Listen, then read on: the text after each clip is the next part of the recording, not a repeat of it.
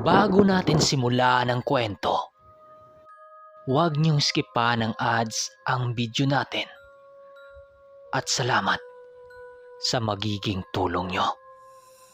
Simulan na natin to. Kanuli, mukhang malakas nga ang tangan ng hukluban na ito. Hindi umubra ang bagsik ng tangan mo ah. Paano yun nangyari? Wika ni Danilo sa kanya habang bakas sa pagmumukha ang pagkagulat. Hindi ko rin maintindihan, Danilo. Parang hinuhugot ang kaluluwa ko sa tuwing babanggitin ko ang mga dasal na yan.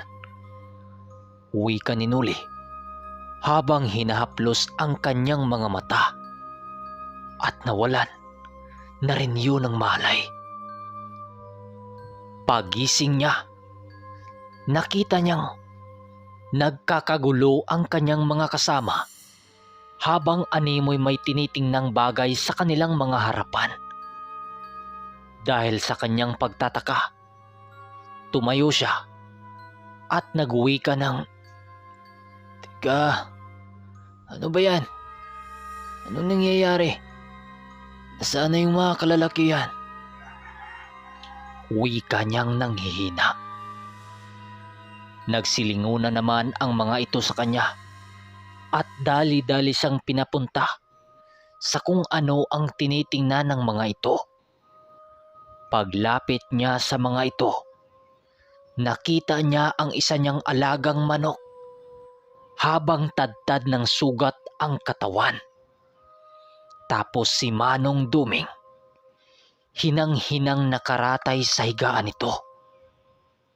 Habang yung kanyang panabong, napakaraming sugat sa katawan na para bang napakatinding labanan ang pinagdaanan nito. Dahil sa mga nasilayan ni Nuli, halos nabalot siya ng pagkagulat sa mga nakita niya. "Tonyo, Danilo, anong nangyari kay Manong Duming? At dito sa panabong natin?" Hinang-hinang tanong pa ni Nuli. "Pasensya na, Nuli. Naguguluhan din ako sa nangyari sa maestro mo eh." Wika ni Tonyo. Matapos nitong makapagsalita, pinili nitong ikwento ang mga kaganapan noong umaga. Ayon kay Tonyo, nilabanan ni Manong Duming ang matandang salamangkero ng Tigbakay matapos siyang mawala ng malay. Habang binitawan nito ang tandang ninuli na panabong, hindi kaagad nagsalpukan ang mga yon. Nakita nilang inikot-ikutan nito ang kanilang manok. Nakasandal na noon si Nuli sa isang puno ng isang kahoy habang walang malay. Nakalong pa nitong si Danilo. Yung mga manok naman, ilang minuto ang makalipas sa kakaikot ng kalabang manok sa pambato nila Manong Duming, bigla itong umatake ng napakabilis na halos hindi nakaporma ang manok na binitawan ni Manong Duming. Animoy nakagapos ang pambato ni Manong Duming dahil sa hindi ito makakagalaw sa kinatatayuan nito. Animoy naging bato yun. Matapos ang kaganapan, bigla na lang napahandusay ang pambato nila sa lupa na para bang napakatindi ang tinamo nito. Hindi naman nila nasipat ang huklubang may inuusal sa kanilang manok, kung kaya't palaisipan para sa kanila kung ano ang ginagawa nito. Pero sa isip-isip ni Nuli, malamang sa malamang, hindi nila nakikita ang ginawa nito. Siya lang ang may kakayahang makakita ng mga dasal sa hangin dahil sa tangan niyang pirtod. Matapos noong humandusay ang manok nila Manong Duming, panay na ang pagtulo ng dugo sa buong katawan ng pambato nila. Pagbagsak ng kanilang pambato, ngumisi lang naman ang hukluban habang dali-daling umalis sa kanilang lugar. Hindi nito kinuha ang nabihag na manok nila Manong Duming na para bang yun lang talaga ang pakay nila sa lugar. Matapos umalis ang mga yon, bigla na lamang silang nagkakagulo nang mapalhod si Manong Duming sa kanyang kinatatayuan. Umuungol ito na para bang sinasakal. Kaya dali-dali nila itong binuhat papunta sa loob ng kanilang tambayan. Nang marinig ni Nuli ang kwento ni Tonyo, pilit niyang inaalala ang mga nangyari noong umaga. Ang naging natatandaan lang niya ay ang pagdilim ng buong paligid at ang pagtagos sa kanyang tiyan ng isang kahoy. Sa pagsapit ng 2:00 ng hapon, tuluyan na ngang nagising si Manong Duming sa mahimbing nitong pagkakatulog. Dali-dali naman nilang nilapitan ni Nuli si Manong Duming upang ito ay kausapin. Sila Tonyo at Danilo noon ay piniling magluto ng makakain para sa hapunan. Manong Duming, anong nangyari sa inyo? Bakit maging kayo nawalan rin ng malay? Gulat na tanong ni Nuli rito.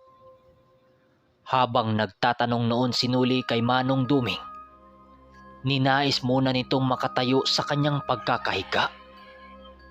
Pagkatayo nito, agad naman siyang inilalaya ni Nuli. Hindi na noon ininda ni Nuli ang sakit ng kanyang tiyan dahil sa labis na pag-alala ni Manong Duming. Pagdating nila sa kusina ng kanilang tahanan, agaran din naman nilang pinaupo si Manong Duming sa upuan. Doon na sila nag-umpisang magtanong kay Manong Duming sa kung ano ang tunay na nangyayari. Nung minsan itong lumaban ng tigbakay sa mga salamangkerong hukluban. Ayon kay Manong Duming, na noong nawala ng malay si Nuli, ay pinili niyang nilabanan din ang salamangkero sa pamamagitan ng pakipagtagisan dito gamit ang paglaban ng mga manok.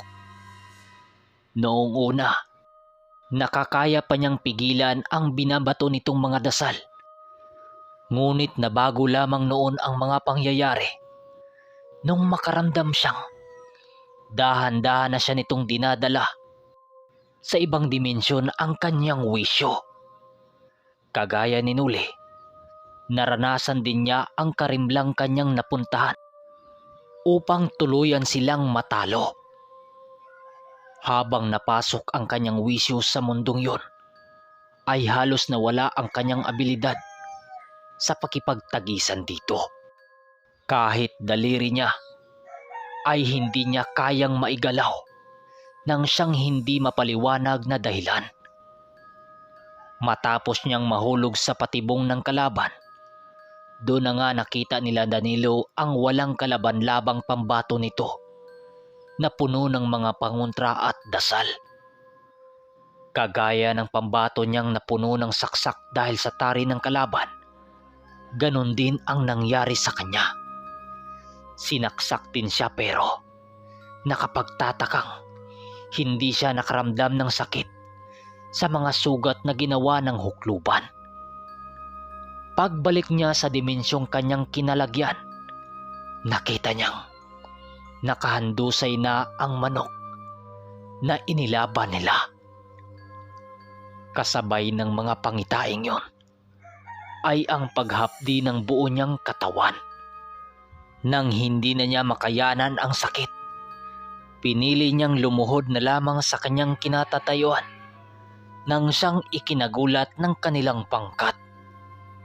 Nakaramdam na din siya ng pagkahilo at hindi naglaon ay nawalan siya ng malay. Dali-dali din naman silang kinuha ng kanilang mga kasama upang ipasok sila sa tambayan nila. Dagdag pa ni Manong Duming, magamat nagawa siyang natalo sa tagisang yun, kung pisikalang kumbati naman, kayang-kaya niya yon. Kampante kasi siyang makakaya niya ang salamangkero. Kaya't hindi na siya nagtawag ng selyo ng kapangyarihan ng espiritual, dahilan para maging siya ay maipasok sa madilim na karimlan. Maaring inilantad talaga ng hukluban ang kakaibang kapangyarihan nito sa lahat ng aspetong pakipaglaban. Habang patuloy silang nag-iisip ng susunod nilang hakbang, ay bigla namang nagpupumiglas itong si Guyo. Doon na pagtanto nila Manong Duming na kailangan na nilang mapaslang ang hukluban dahil nakataya ang buhay sa ilan nilang mga mahal sa buhay. Agaran din naman itong nilapitan nila Tonyo upang ito ay mapakalma. Sa paglapit nila kay Guyo, doon nila napagtantong hindi na normal ang pinagdadaanan nito. Bumula na kasi ang bibig ni Guyo at dumilat-dilat na ang mga mata nito.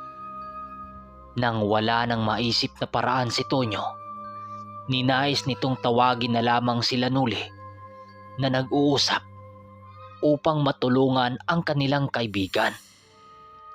Nang marinig ni Nuli ang pagsisigaw ni Tonyo, agad din naman itong pumasok sa silid na hinihigaan nitong si Guyo. Pagpasok ni Nuli sa silid na yon, laking gulat na lamang niya nang masilayan niya ang kakaibang inasal ng katawan ni Guyo. Ilang minuto pa ang lumipas, dahan-dahan ang lumiyad ang katawan nito at dahan-dahang tumingin sa kanila na parabang iba na ang may dala sa katawan nito. Habang nasa labas sila Danilo, panay naman ang pagtanong nito kay Manong Duming. Manong, bakit naman nakukontrol pa rin ng hukluban ang katawan ni Guyo? Inaasahan ko na ang ganitong pangyayari, Danilo. Malakas ang kapit ng hukluban sa demonyong kanyang pinagsisilbihan, kaya niya nagagawa ang mga bagay na yon. Kapag manakaw na ang wisyo ng isang tao sa mga alagad ng demonyo, makakaya na nilang kontrolin ang katawan nito. Kapag lumipas ang 2 linggong hindi pa naibalik ang kaluluwa nito, wala na tayong magagawa kapag dumating na ang puntong yan. Kaya kailangan natin sa madaling panahon na mapaslang natin ang huklubang nagdadala ng kamatayan sa lugar. Pasalamat lang si Nuli dahil mayroon pa ring nagliligtas na mutya sa kanyang mga tauhan. Okay mga kaermitanyo, hanggang dito na muna ang ating kwento. Pero grabe no, sa tanang buhay ni Manong Duming, doon pa lang siya bumabalik sa pagsasabong, pero ang nangyayari kasi, natalo silang dalawa. Pero hindi natin alam ang susunod na mangyayari sa kwento na ito. Medyo mahaba-haba ang pagsasama nila Nuli at talagang lumalaban talaga sila sa mabibigat na mga sabungan. Alam ko marami pang mangyayaring kakaiba rito sa kwento na ito eh. May makakalaban silang hindi nyo inaasahan. Sa mga magpa-shoutout ay mag-comment lang kayo dahil ipapasa natin ang shoutout natin sa episode 283. Maraming salamat mga kaermitanyo sa pakikinig nyo at sa lahat ng mga sabongerong nakikinig at lalong-lalo na sa mga OFW na walang sawang nakikinig sa ating mga kwento. Marami pa tayong kwentong darating, kaya abang-abang lang. Maraming salamat. Hanggang dito na lang. Hanggang sa pagbabalik ng Ang Ermitanyo.